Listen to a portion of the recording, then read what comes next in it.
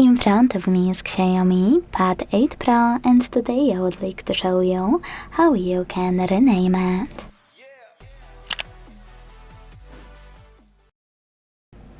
Begin by opening Settings and tapping on About tablet over here.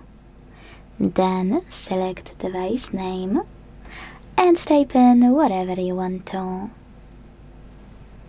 like Sunny. When you finished, click on this icon of a check mark at the top right corner, and after a few seconds, name of my device has changed.